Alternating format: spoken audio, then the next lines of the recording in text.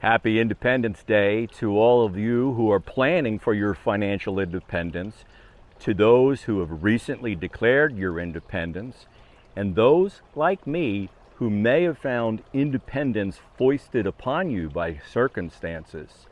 In this video, I'm going to share some of my thoughts about why Independence Day is no picnic. You know, a recent survey found that about 25% of those surveyed have delayed their plans for retirement. Now, another survey that I've often cited is the Alliance Life Survey, and their survey from February said that only 42% of those retired that they surveyed this year retired sooner than they expected. That's down from about half in prior years. However, an Employee Benefit Research Institute survey shows that about half still continue to retire earlier than they expected. And again, some main reasons for that are health reasons, either their own personal health reasons or to care for someone else's health conditions, or job loss. Job loss either through COVID or non-COVID related reasons. And it could be that you just decided that you're part of that great resignation and you're thinking about stepping out. All of those things happen sometimes sooner than you expected. And those are the thoughts I want to share this Independence Day weekend with particularly those that are in their 50s. If you are over the age of 50, and I'm speaking to you millennials and younger baby boomers, you need to think about what happens if independence is not your idea, but it happens suddenly. Now, if you followed this channel, you know that I was retired 1 month before I turned 59 in 2015, but now I'm 65. I've endured 6 years of a DIY retirement, and it's going pretty well. The economy is awful right now, and if you've made the decision to continue working, more power to you. Go ahead and do that.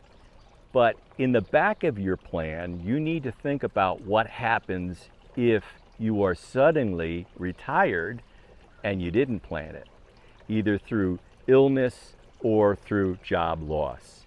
And I want to use this video to talk a little bit about how you can pack your picnic basket just in case that may happen. I know there are a lot of videos out there on YouTube land that are following people who are aiming towards their planned retirement. One I'm recently following is Steve's Retirement Corner, and he's going to go and get his independence later this year when he retires on his schedule. But there are a lot of people like me who find themselves suddenly retired. And the more you can do to plan for contingencies, the better. Now, when I was in my 50s, I had paid down debt, maxed out my retirement savings opportunities, and built up a cash cushion. And those three things allowed me to survive a sudden independence when I was retired 1 month before I turned 59 in 2015. I quickly learned that I had enough money that I could be retired and not go back into the workforce. And that's what I chose to do.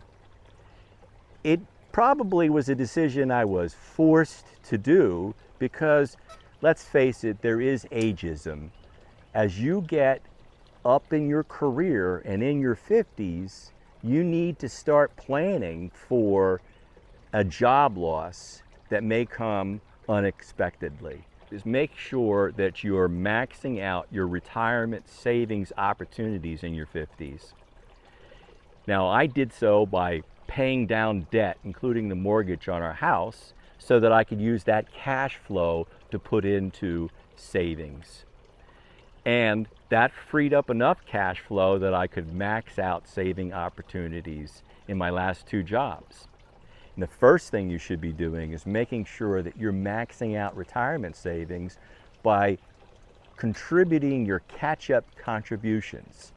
In 2022, those in a 401k are allowed to put another $6,500 above the limits in your 401k as catch-up contributions.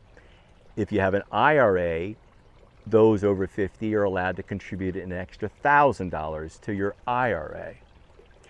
Now, if you're in a 401k, you should be maxing out as much as you can, including those catch-up contributions. But there's another plan I want to talk about that I used in my last 2 jobs in my career. In both cases, I was a highly compensated employee and I was allowed to contribute to a deferred compensation plan. Now, these plans are non-qualified, so they're not like a 401k, but they allow you to defer compensation in a high tax year and receive it in a lower tax year after termination of employment or retirement.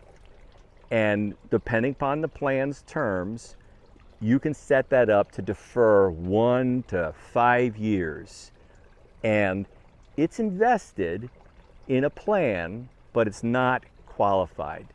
I viewed those deferred compensation plans at my last 2 places of employment as almost a self-funded severance package that helped bridge the gap between jobs and or between early retirement and a pension. In the first case, it didn't really bridge the gap between jobs. I took that deferred compensation while I had a slightly less lucrative final job in my career. But I allowed that deferred compensation to come in so I could max out retirement savings opportunities at my last place of employment. So it worked out to my advantage to have deferred compensation here to fund more retirement savings in my final job. And I put deferred compensation in my final job, which allowed me to build a bridge between my forced early retirement at age 59 and my pension at 65. Now, these plans do have some caveats. They are subject to bankruptcy for the corporation, so do it with an employer you trust. And you should talk to your tax advisor about whether it makes sense. Will you really be in lower tax brackets in those years you're getting the deferred compensation? It worked out about even in my job switch from my one job to my final job. But in my case of the deferred compensation from my final job to early retirement, it worked out great. I was getting compensation in a low tax year. The other thing you need to think of is these are invested in quasi funds. You don't get to choose really how they're invested, but they do grow tax deferred. And so when you get your compensation, you're going to get everything that you put in plus some growth in them over that predetermined number of years in your deferred compensation package. If you get offered a deferred compensation, think about it, particularly if you're in your 50s. It could be part of the cash cushion that you build up for the just-in-case fund. Now, a lot of people are worried right now because of the financial situation. And if you decide to retire a year later than you originally planned, and you can do so, more power to you. But always have that plan B in mind. What happens if it's not your choice? What happens if somebody tells you your retirement just started? Think about how you build up that cash cushion, deferred compensation, other alternatives that allow you to build the bridge until you could start tapping your retirement savings and a pension. Obviously, delay Social Security as long as you can, because that's the best decision for the long run in your financial plan. That's what I'm doing. But knowing that I had that deferred compensation coming in allowed me to build the bridge to my pensions that started this year. I'll conclude with my standard warning. I am not an accountant or a financial planner. I have no special initials after my name. So take these as entertaining ideas from one educated consumer to another. Always do your own due diligence and seek out a professional if you need one. I'll see you next time.